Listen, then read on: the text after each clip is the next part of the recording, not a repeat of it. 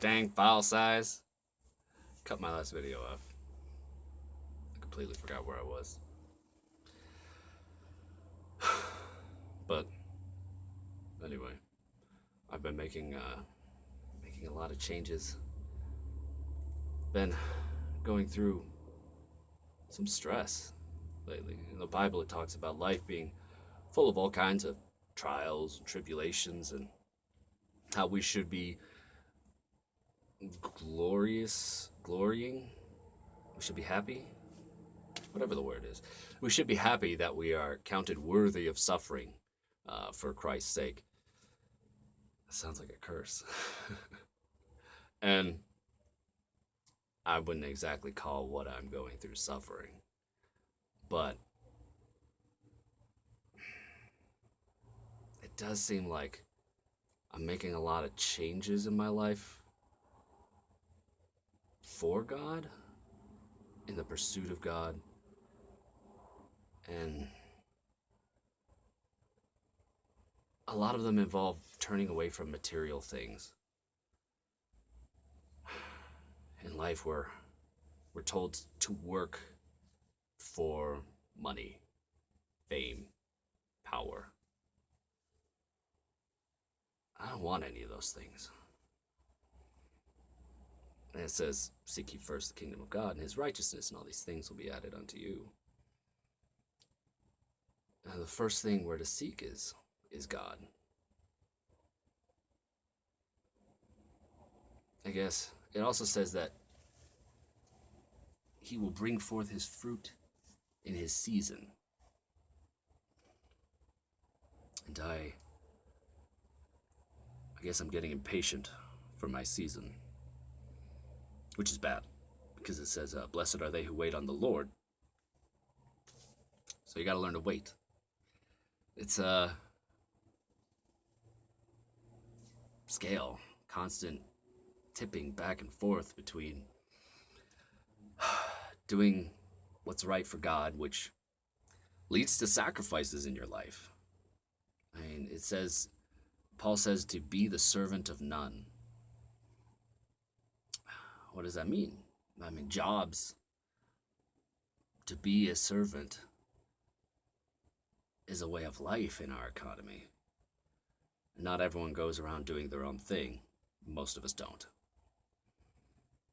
But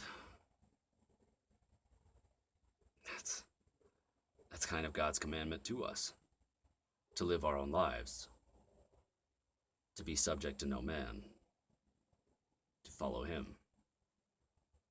And that's not easy to do, especially when you're brought up since a wee laddie to be a cog in a machine.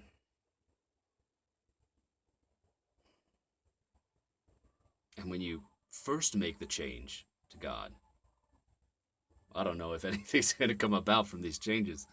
I'm really just taking a step of faith, giving up everything that I have just about. No car, no house. Got a cell phone. It's the last thing I'm holding on to. No job. It's just to rely on faith, God's providence. It says, I have not seen your children begging bread. That's a powerful statement. And I think a lot of us, we read the Bible. We like to think it's a good book. It's got some sound wisdom in it. But very few of us live by it. Very few of us put our money where our mouth is, I guess. Back up our faith with action. It's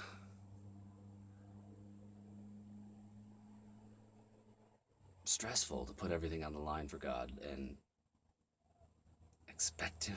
And just, as you're falling down the cliff, hope he shows up. That's kind of what it feels like. But at some point, your faith, it grows. And it keeps going, it keeps taking you farther and farther down the rabbit hole. And you start to lose a lot of the things that you used to know. I used to know where I was headed. I used to know what I wanted. I used to have a plan. When you put it all in God's hands, you don't have any of that. And what do you do without those things? Those things used to take up all of my time. I used to spend so much time thinking about how I was going to earn that next paycheck, how I was going to save that money, watching my bank account grow, how I was going to invest it, how I was going to start new companies. And now, that's all gone. I don't really have. You depend on those things after a while, after being an adult for long enough. When you're a child, you don't care. You're like, whatever, what's mom making for lunch? That's like your number one concern. What's the next food gonna be like? And the rest of the time, you just goof it off. I mean, you go to school because they make you. School blows. But, I mean, aside from that, being a child there are no objectives. When you're old, it's all objectives. And then, when you depend on God, you only have one objective, and that objective. You only have one objective, and that objective is God. Where do you go from there? Can't depend on those things anymore. It's like there's a transition between when you're giving up everything that you had and you're waiting for God to fill its place. That's a scary time. I think that's the time that I'm in right now. Just bailed on everything. And I don't know what's next. But I gotta have faith. Because I gotta have faith. George Michaels. So, if you're watching this and you're in a similar situation, you're not alone. I guess we all struggle with how much of a priority to give God in our life, how far we want our faith to take us, and how far we can go with it.